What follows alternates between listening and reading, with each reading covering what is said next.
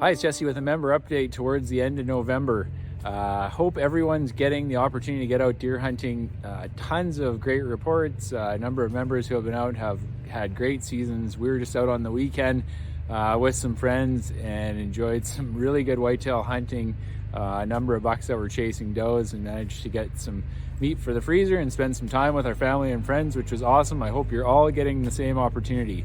Congratulations to Jay Poirier. He was the early bird draw winner for an all-inclusive ski trip to Revelstoke and Golden with Fresh Adventures in the Conservation Lottery. 50/50 tickets, Conservation Lottery tickets are available till December 27th, I believe.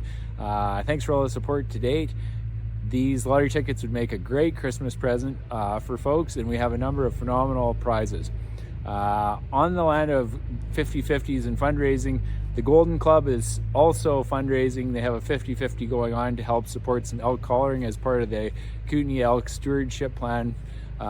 Please go and check that out, and if you like to support the club, that'd be great as well. Coming up, we'll be speaking at the Sportfish Institute conference here next week in Vancouver. We've grown our partnership with the Sportfish Institute, spending time in Ottawa, spending time locally, talking about the issues that are affecting fish and affecting anglers. So looking forward to seeing a bunch of familiar faces and hopefully some new ones. Also want to say welcome to all the new MLAs and ministers, as well as critics.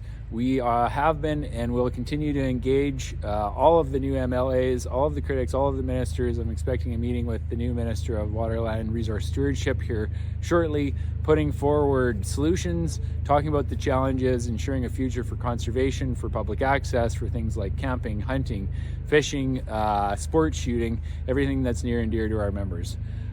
Thanks again to Chris and Donna Albrecht for putting on the canning workshop that was hosted by the Ridgedale Club. I understand it went really well. I understand there's also some discussion about having a workshop around making sausage for people that are out harvesting deer or bear or moose or elk.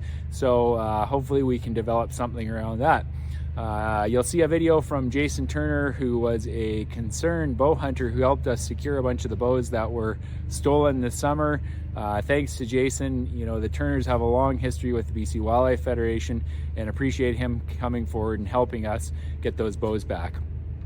DFO, we spent a pile of time in the media around the lack of enforcement on the mid-Fraser, also talking about the issues, the cultural issues that are happening inside DFO enforcement.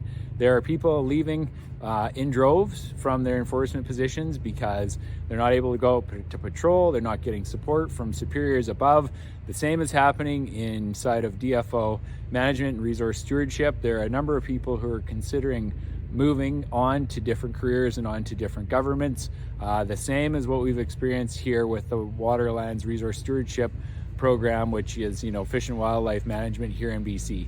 There's a common theme here where, you know, the public service and people who get into these jobs around enforcement, conservation, science, biology, where they aren't being listened to, they aren't being given the tools, they feel like their job has become pointless. We're really going to have to focus on that, because one of the big underpinnings for the North American wildlife conservation model is to ensure that science is the tool for the discharge of policy and conservation and management. And then the other piece is, you know, we have laws so that people follow them, so that we ensure that we can take care of the resource and so that everyone is treated equally. And that doesn't seem to be happening on both fronts, and it's really kind of gutted people who have gone into these careers, and we're going to need to support them to ensure that they're being heard, that they're being listened to, and that their advice is resulting in decisions which ensure conservation and that the public is represented.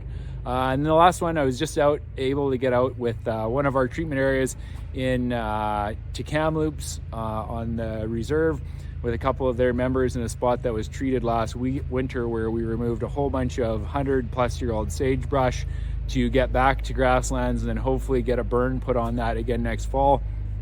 It looks great. It's a huge change from sagebrush that's taller than I am to grasslands. We did see a few mule deer on the treatment areas as well. Of course, there's always concerns around weeds, which is a provincial issue, But really nice to see that we've taken a landscape that really was not fit for wildlife, and nice to see some bunch grass come back, some more of the native species, and to see wildlife and ungulates out using it.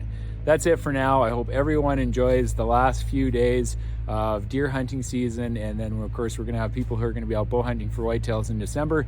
But it's we're getting all kinds of great reports. We've gotten great reports for a number of the Chinook returns, a number of the coho returns, pink and chum returns, and some of the steelhead populations. And now we're seeing a lot of good kind of indicators that a number of the deer populations are doing relatively well. So as the usual, we can't necessarily explain what's going on, but when we get good news, we'll take it.